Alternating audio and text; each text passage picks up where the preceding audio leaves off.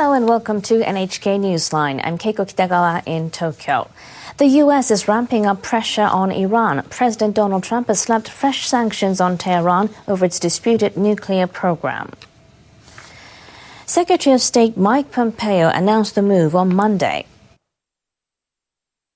As we are demonstrating today, we'll keep it up until the Iranian regime comes to the table and accepts a real deal for change in its behavior. The sanctions will hit more than 24 entities and individuals, both inside and outside Iran. They include the country's defense ministry. Washington is also sanctioning Venezuelan leader Nicolas Maduro, as it says he has ties with Iran. Iranian Foreign Minister Mohammad Javad Zarif dismissed the latest sanctions as nothing new. I don't think that's anything new, and I don't think it will have any more significant impact on Iran. The move comes after the Trump administration unilaterally declared on Saturday that UN sanctions on Iran are back in place. But most UN Security Council members disagree. They say that step has no legal basis, as Washington has already withdrawn from a 2015 Iran nuclear deal. The dispute was on full display at the annual conference of the International Atomic Energy Agency, which opened Monday in Vienna. In a video address, the head of Iran's nuclear agency said the U.S. attempt to reimpose UN sanctions has no validity. He said the U.S. lost its authority after pulling out of the 2015 deal.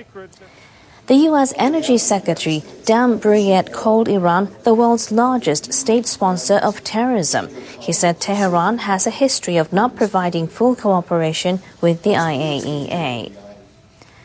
Japan's main ruling party is split over when to hold a general election, this with Prime Minister Suga Yoshihide just a week into his new job. Suga has said he'll consider when to dissolve the lower house for an election. The terms of current members expire in about a year. One other thing high on his agenda is dealing with the coronavirus pandemic and its economic fallout.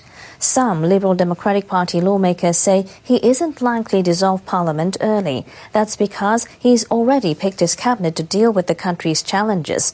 They say he should focus on the pandemic, as he's promised not to create a political vacuum. But others say time is tight to dissolve parliament, as the country is committed to hosting the Olympics and Paralympics next summer. Finance Minister Aso Taro is one of those saying Suga should consider dissolving the lower house early. Others want to see it happen by the end of the year, with a snap election soon afterward. That would capitalize on high approval ratings for Suga's cabinet seen in recent polls. Suga is expected to decide based on what happens with the pandemic and public support for his cabinet. Moving on to Europe, which is grappling with the resurgence of coronavirus cases, UK is now raising the COVID-19 alert level to its second highest.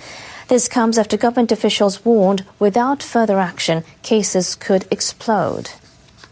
At the moment, we think that the epidemic is doubling roughly every 7 days. By mid-October, if that continued, you would end up with something like 50,000 cases in the middle of October per day. The officials added that this could result in about 200 plus deaths per day by mid-November. Britain has the highest number of coronavirus-related deaths overall in Europe. Recently, more than 4,000 new cases per day were confirmed. The country is studying the introduction of new measures to combat the virus, but it wants to avoid a nationwide lockdown that could inflict severe damage to the economy. In Spain, where the daily count of new cases has risen to more than 4,000, authorities on Monday introduced a partial lockdown of areas in and around the capital, Madrid.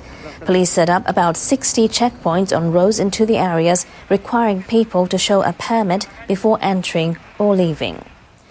Amid concerns of the virus resurgence, stocks in European markets were hit by a wave of selling after trading opened on Monday. The key index in Frankfurt fell by some 4.4% from the previous session's close. London was down 3.4%, while Paris stocks sank about 3.7%.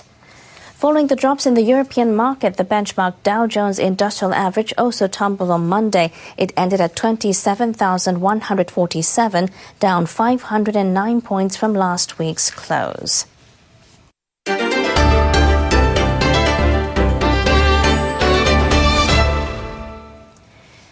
Beijing and Moscow are stepping up cooperation on security. China has joined large-scale military exercises in southern Russia. The drills launched on Monday with around 80,000 people and 250 tanks and vehicles. A total of 1,000 military personnel joined from China, Belarus, Myanmar and other countries. The war games take place every 4 years. This time, soldiers are handling a mock scenario where they face terrorists backed by an enemy country. China has previously joined military exercises in Siberia and the Russian Far East, but this is the first time it's participated in drills in the south, more than 5,000 kilometers from Beijing. Away from the exercises, Russia is also helping China develop an anti-ballistic missile early warning system.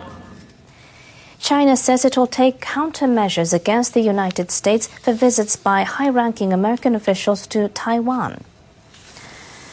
U.S. Undersecretary of State Keith Krog visited Taiwan last week to attend a memorial service for former President Lee Teng-hui, who died in July. Krog met with President Tsai Ing-wen during his stay. In August, Health Secretary Alex Azar became the highest-ranking U.S. official to visit Taiwan since Washington severed diplomatic ties with Taipei in 1979. The visits are a serious violation of the One China principle. They destroy China-U.S. relations as well as peace and stability on the Taiwan Strait. Beijing is strongly opposed. Last week, Chinese military aircraft crossed the midline in the Taiwan Strait for 2 consecutive days in an apparent show of frustration at the visits. Thailand and Chinese tech giant Huawei have jointly launched a facility aimed at promoting next-generation mobile services in the Southeast Asian nation. The opening ceremony for the Thailand 5G Ecosystem Innovation Center took place in Bangkok. Thailand's Minister of Digital Economy and Society, Putipon Punakan, attended on behalf of the Prime Minister.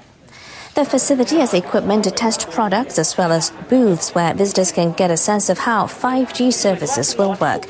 These include exhibitions involving medical robots and face recognition-based surveillance systems.